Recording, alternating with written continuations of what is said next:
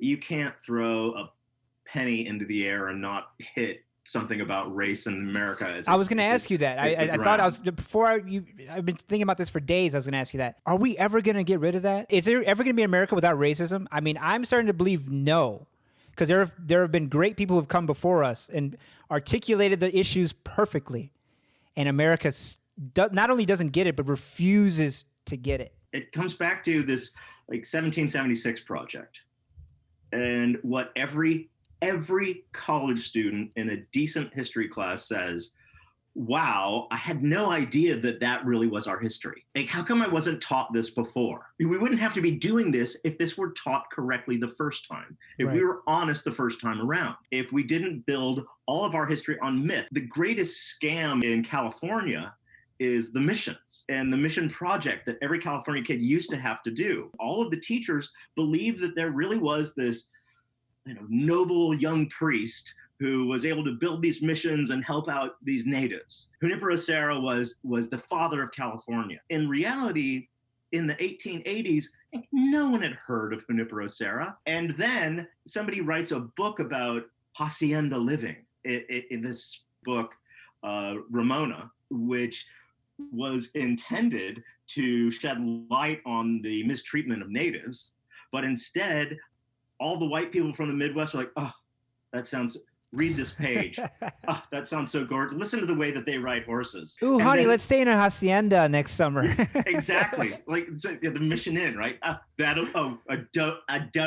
Yeah. That is going to be so nice, right? And so they reconstruct this mission myth. Yeah. Like, oh yeah, we've got to have a hero. So they essentially make Junipero Serra out of dirt. When they're not only resurrecting him, but they're creating this myth around him. I mean, this is the same time that, Confederate statues are going up everywhere as if they'd been there all along. Right. This is exactly that time. I got to have some coffee. Cheers. Me too. The Confederacy wanted to take over Mexico, right? To spread slavery through Mexico. The Confederacy saw the end of slavery being somewhere in South America. And they haven't gotten too far from that, if you think about it. But anyways. No, they haven't. But the difference is now, in the 19th century, these sorts of white Americans, they believed that cultures would just sort of melt away in the face of whiteness. And this was the dominant ideology up until about 1890. Because in the late 1800s, then you start getting to social Darwinism, which was supporting exactly what they thought. And the intellectuals of that time, the kind of racial scientists, really embraced the term racist. Yeah. They thought that would be like geologist at some point in time. They really did. I'm a racist. I have a PhD in racism. Yeah, no, they really would. If that continued, you could have gotten a PhD in racism. It would be the history of the evolution of the races. And part of that ideology was, up until about 1890, was that non-white people would certainly melt away. When whites showed up, they'd be like, you know what? We had our time here, but it's time we know our superiors when we see them. Let's just go.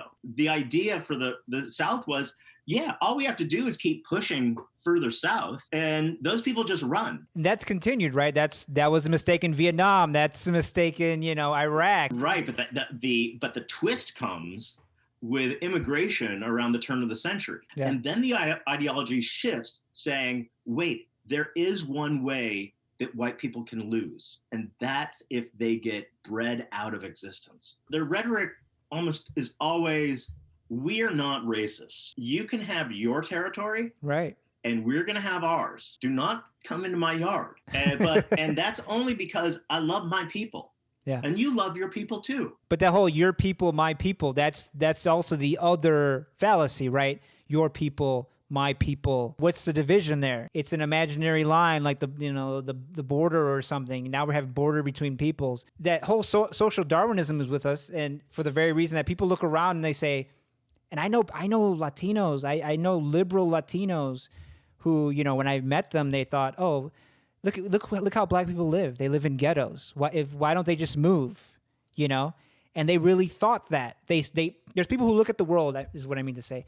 There's people who look at the world and they think, oh, this must be because of natural differences between races, not knowing politics, not knowing economics, not knowing policy, right? And I knew that as a kid. I grew up in a very racially diverse but divided, segregated suburb of Chicago. The Latinos and Black people and Eastern European immigrants lived on the poor side of town. And all the established white families lived in the houses on the other side of town. And I always had a strong sense of my own worth, right? I knew I was smart. I knew I had good qualities. And so when I saw this, I was like, well, why is that? And I knew people, Latinos and Black people, who were just as good as white people on the other side of town. So then I knew that it wasn't a race, like it had nothing to do with race, that, oh, somebody set it up like this. But a lot of people don't look at it like that, right? They see these are natural differences. It's obvious, right? Black people live in ghettos. Look at the Black unemployment rate. Look at the Black college graduation rate. Obviously, they're inferior. Something seems authentic about it to people, especially when you want to. When you're white, so you want to believe it. Absolutely, but then you see that bleeding into those very communities, and you get your Herman Cains. You know, I actually got my shit together. Why don't you guys? And it is completely and utterly ahistorical.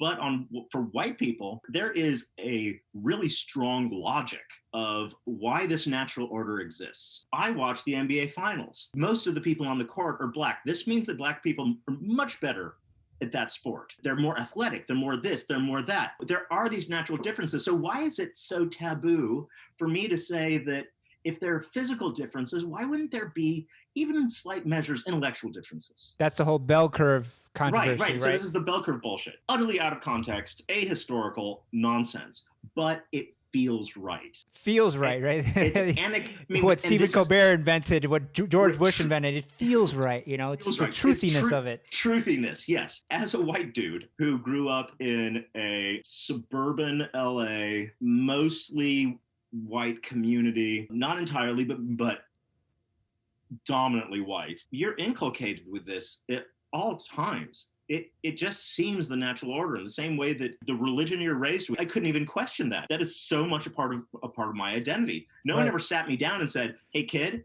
white people are better. I just want you to know that. Unless you're raised by radicals, you're constantly just getting by in a mundane world. Yeah, you may be bitter and frustrated, but you kind of accept your lot. Then you go to college and you find out that there's nothing natural about this and it didn't have to be this way. Yeah. And now you get these motherfuckers, right, like Trump, who, like, you know what? We cannot teach people that anymore. That is making them restless. Well, isn't it that school textbooks across the country are in a de facto way approved by the Texas Board of Education, because Texas buys more textbooks than anybody. So the textbook companies are catering to Texas for profit margin, and there's no educators on the Board of Education. I don't know what it's like now, but it was about 10 years ago. The head of the Board of Education was a right-wing fundamentalist orthodontist. Oof. So, I mean, to go back to my question of will this ever end? You seem to think, and that's the hope, the sliver of hope that I indulge myself in believing sometimes when I'm being kind to myself, that if we can just get to kids, if we can just set up an education system that teaches tolerance, teaches understanding of other people, that we can create a society where racism is, if not eradicated, then it's just not even an issue. It's so minor. Cultural perseverance is important. I know. What do you mean by cultural perseverance? One has the right to believe that an egg going across your body from your grandmother is going to cure the cold. Yeah. You have that right. And yes, in my mind, I don't think it's going to work, but I also think that that's something I never want you to lose. Freedom of thought. Yeah, I want your grandkids and great-grandkids to be able to have that egg and able to have those recipes and able to have those things that show your lineage, that give you a confident identity. Well, let me take it further, because I've said this in my more wild times, like that I still believe it, right? You have a right to have racist beliefs. You just don't have a right to act on them. You have the right to all of those things, but I kind of agree in a large way on principle with the white racists. And I know that sounds cut. Yeah, in principle, that the way that we move through the idea of race as being such a fundamental problem Yeah. is through having kids with people with other races. Yeah. They see the writing on the wall. I mean, they're not crazy. Yeah, sure, you lose, but you gain as well. The true integration of cultures, these sort of real hybrids that we will have. This is not necessarily the answer to racism, but it sure changes a lot when your redneck has to look down at his or her grandbaby and recognize that kid's brown. Well, it's not even that. I mean, you could have a pure white grandbaby, but their heroes, you know, they're listening to rap music. Their heroes are LeBron James and the people in that, you know, black athletes. And, you know, they probably love Obama. Like, all their heroes are black, you know, and that's cutting into what you think is your culture too. White people have to recognize and will recognize that they themselves are mutts, and families and interethnic families are not dangerous. They are, in fact, the future. That's what it is, right? It's a fear of the future, right? Maybe America one day won't be a place of apple pie and, you know, church services and stuff like that. But okay, it'll be something else. That day's now. Yeah, I was going to say. That day is now. Let's not anger them too much. You know, not right before an election. But yeah, you're right. You're right. But it's not a threat. This is pluralism. This is what was envisioned to a degree that with the best principles, the best ideas of these founders. That's what we should, if we're going to say this Constitution's worth anything. Yeah. Which right now it is being essentially destroyed by the very people who say they're protecting it. I mean, it is our shared humanity. It is our pluralism. It is the fact that we are of many and we become this one thing. Why don't we focus on that? Yeah. And we're going to have to, or we're going to have to fight. That's what Dr. King said, right? All we're asking is that America live up to what it says it is on paper. That's all. Everybody's born equal, you know, e pluribus unum, you know, aren't those great ideas? Don't you guys worship that stuff? And about white people preserving their culture and their race, I mean, you could, same was true of Malcolm X in the beginning. I've heard Muhammad Ali say the same thing, right? I love my black skin. Don't you love your white skin? I want my babies, I want my wife to be black.